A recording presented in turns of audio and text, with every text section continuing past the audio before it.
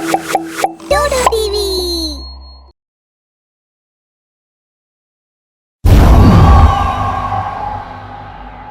हंसपुर नामी एक कस्बा था।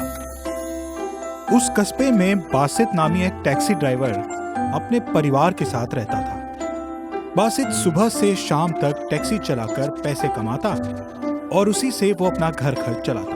कुछ रोज से उस गांव में लोगों की खुदकुशी की तकरीब बढ़ने लगी थी। कस्बे से दूर एक बड़ी खाई थी। लोग कहते उस खाई में कूदकर लोग अपनी जान दे देते और खुदकुशी की कोई वजह भी नहीं पता चलती थी। इस बात से कस्बे के सभी लोग काफी खौफजदा थे। एक रात बासित अपनी टैक्सी लेकर कस्बे के चौराहे पर खड़ा होता है। तभी कस्बे का एक शख्स वहां आता है और बासित से कहता है, सुनिए बासित भाईजान, शहर चलोगे क्या? अभी बहुत अंधेरा हो गया, अंधेरे में मुझे डर लगता है। बासित भाईजान, मुझे बहुत अहम काम से शहर जाना है। चाहो तो मैं तुम्हें आने जाने का दुगना किराया दूंगा। अब आगे तुम्हारी मर्जी। दुगना किराया मिलने की वजह से बासित शहर जाने को राजी हो जाता है। ठीक है, बैठ जाइए। आपको जाने की बड़ी जल्दी है, चलो पहुंचा देता हूं। बासित टैक्सी लेकर निकल जाता है, लेकिन रास्ते में बहुत ज्यादा अंधेरा हो जाता है। वहां स्याही के अलावा कुछ भी नजर नहीं आता। जैसे ही आगे खाई आने वाली होती है तो बासित टैक्सी की रफ्तार बढ़ा देता है, जिससे वो सवार खौफजदा हो जाता है। तो बासित से कहता है, गाड़ी की रफ्तार धीमी करो भाईजान, खौफ की वजह से तुम इतने तेज भी ना चलाओ वरना हादसा हो जाएगा। अरे मोहतरम, आगे वो खाई है ना, मुझे उससे डर लगता है। वहां जाकर लोग खुदकुशी कर लेते हैं। मेरे भाई का इंतकाल भी उसी खाई में हुआ था। वहां तो लोग बिना काम के खुदकुशी करने जाते हैं, उनसे क्या खौफ करना, वो थोड़ी ना हमें भूत बनकर मारने वाले। और तभी बासित की गाड़ी की रफ्तार और तेज हो जाती है। अरे मैंने तुमसे कहा ना, गाड़ी की रफ्तार कम करो, तुम तो और बढ़ाए जा रहे हो। रफ्तार कम करो, नहीं तो हम खाई में गिर जाएंगे। मुझे शहर जाना है, जन्नत नहीं। तभी बासित की आंखें सुर्ख होने लगती है और बासित भूत में तब्दील हो जाता है। मैं तुम्हें जन्नत नहीं, जहन्नुम में पहुंचा दूंगा, क्योंकि जहन्नुम तक जाने वाली सवारी रवाना हो चुकी है।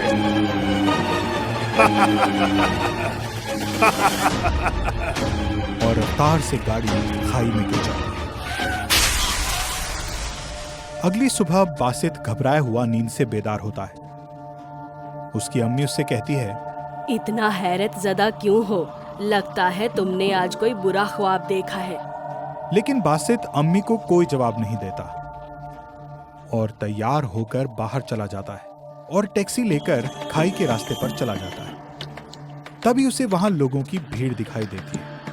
बासित भीड़ के नजदीक जाकर देखता है तो हैरतजदा हो जाता है, क्योंकि वहां उसी शख्स का मुर्दा जिस्म दिखाई देता है जिसे उसने रात में शहर जाने के लिए अपनी टैक्सी में सवार किया था। ये देखकर बासित बहुत खौफजदा हो जाता है और शाम को फौरन घर आकर अपनी अम्मी से कहता है, अम्मी, आज भी खाई के पास एक शख्स का मुर्दा जिस्म मिला, जिसे मैंने कल रात में ख्वाब में शहर ले जाने के लिए अपनी टैक्सी में सवार किया था। थोड़ी देर बाद गाड़ी की रफ्तार बहुत बढ़ गई और टैक्सी सीधी खाई में जाकर गिर गई। मुझे ऐसा मालूम पड़ता है कि लोग खुदकुशी कर नहीं रहे, बजाय इसके मैं ही उन्हें मार रहा हूँ। अरे बेटा, ये सब तेरे मन का वहम है। उस खाई से तू बहुत खौफजदा है, इसलिए तू ऐसे बुरे ख्वाब देखता है। अगर तूने उन्हें कत्ल किया होता तो तू कैसे जिंदा है और तेरी टैक्सी भी सही सलामत है। यही तो मुझे समझ में नहीं आ रहा है अम्मी, क्या सच है और क्या झूठ है। ये कहकर बासित सो जाता है, लेकिन जैसे ही रात होती है बासित नींद में ही चलकर घर से बाहर आ जाता है और टैक्सी लेकर कस्बे के चौराहे पर आ जाता है। कस्बे के सरदार का फर्जंद वहां से अपनी गाड़ी में जा रहा होता है। तभी उसकी गाड़ी चौराहे पर बंद हो जाती है। फिर वहां बासित आकर उससे कहता है, मैं कुछ मदद करूं छोटे सरदार? बासित की भूत जैसी सुर्ख आंखें देखकर वो कहता है, नहीं, कोई जरूरत नहीं, मैं अपनी दूसरी गाड़ी से चला जाऊंगा। वैसे भी ऐसी भूत जैसी बदबख्त शक्ल को देखकर कौन तुमसे मदद लेगा, चलो जाओ यहां से। सरदार का लड़का ये कहकर वहां से जा ही रहा होता है कि बासित एकाएक भूत में तब्दील हो जाता है और बासित उसे उठाकर टैक्सी में डाल देता है और तेज रफ्तार से टैक्सी को खाई में गिरा देता है। अगली सुबह फिर से बासित खौफजदा बेदार होता है और बेदार होते ही उसकी अम्मी से कहता है कि ख्वाब में आज सरदार के फर्जंद को खाई में डाला है। उसी वक्त बासित का दोस्त अरशद वहां आकर बासित से कहता है, बासित भाईजान, पता है आज सरदार के फर्जंद ने खाई में जाकर खुदकुशी कर ली है। ये सुनकर बासित और उसकी अम्मी हैरत ज़दा हो जाती है। इन हादसात से हैरान बासित अरशद से कहता है, अरशद भाईजान, मुझ में जरूर कुछ गड़बड़ है। मैं अब से टैक्सी नहीं चलाऊंगा। ये लो चाबी, अब से तुम ही टैक्सी चलाना। उसके बाद बासित पूरे दिन घर में ही रहता है, लेकिन फिर भी खाई में गिरकर एक शख्स की मौत हो जाती है और अरशद को भी डरावने ख्वाब आने लग जाते हैं। इसके बाद बासित समझ जाता है कि गड़बड़ टैक्सी के साथ है। अरशद भाईजान, ये टैक्सी ही भूतिया है। इसने ही इतने लोगों की जान ली है। इसका जल्द कोई हल निकालना होगा। मैं एक इल्मी बाबा को जानता हूँ, उन्हें चलकर ये मसला बताते हैं। बासित और अरशद बाबा के पास जाते हैं और सब बयान करते हैं, जिसके बाद बाबा उन्हें आयत पड़ी हुई राख और ताबीज देते हुए कहते हैं, ये राख तुम अपनी टैक्सी में फूंक देना। उसके बाद अगर कोई भूत जिन्नात होगा तो वो तुम्हें नजर आ जाएगा और ये ताबीज तुम अपने गले में बांध लेना, जिससे वो तुम पर हावी नहीं होगा। इसके बाद वो दोनों घर चले आते हैं। फिर बासित अपने गले में ताबीज पहन लेता है और गाड़ी में जाकर राख से फूंक मार देता है।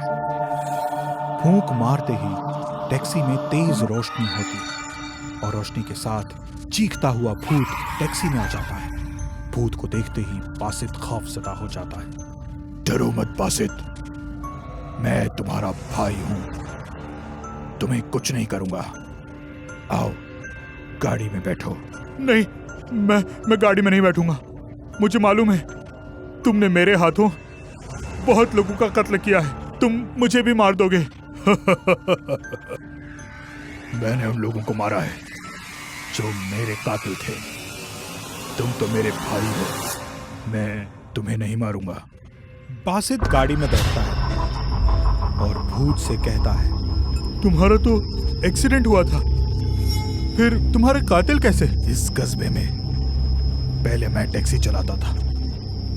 सरदार को हमेशा शहर छोड़ने जाया करता था, पर मुझे समझ नहीं आ रहा था कि सरदार के पास खुद की गाड़ी है, फिर भी वो टैक्सी से शहर क्यों जाता है।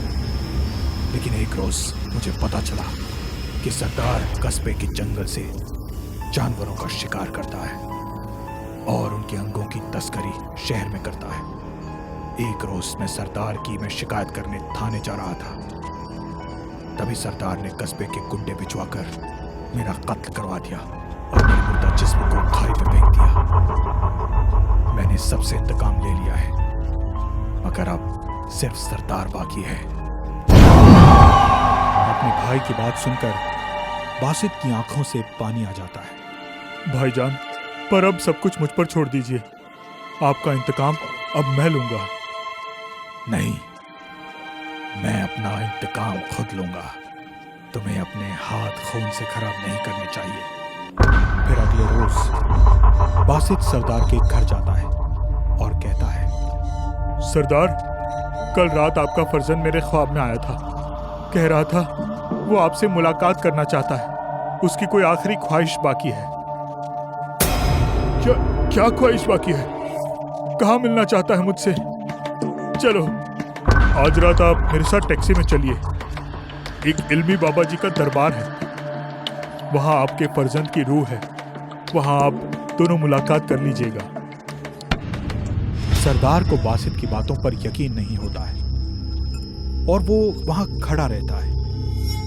बासित सरदार की खामोशी का मतलब समझ जाता है और अपनी जेब से एक जर्द रंग की अंगूठी निकालकर दिखाता है। सरदार फौरन वो अंगूठी उठाकर देखता है और समझ जाता है कि बासित सही कह रहा है, क्योंकि वो अंगूठी सरदार के बेटे की होती है। ठीक है। शाम को सरदार टैक्सी में बैठ जाता है। बासित अपने गले में ताबीज का निकालकर फेंक देता है और फिर उसके भाई का भूत उसमें दाखिल हो जाता है। गाड़ी की रफ्तार बहुत तेज हो जाती है। घबराकर सरदार बासित से कहता है, बासित, गाड़ी धीरे चलाओ, मुझे मेरे फर्जंद के पास जाना है, उसकी आखिरी ख्वाहिश पूछने, ऊपर नहीं जाना। बासित पूरी तरह भूत में तब्दील हो जाता है और कहता है,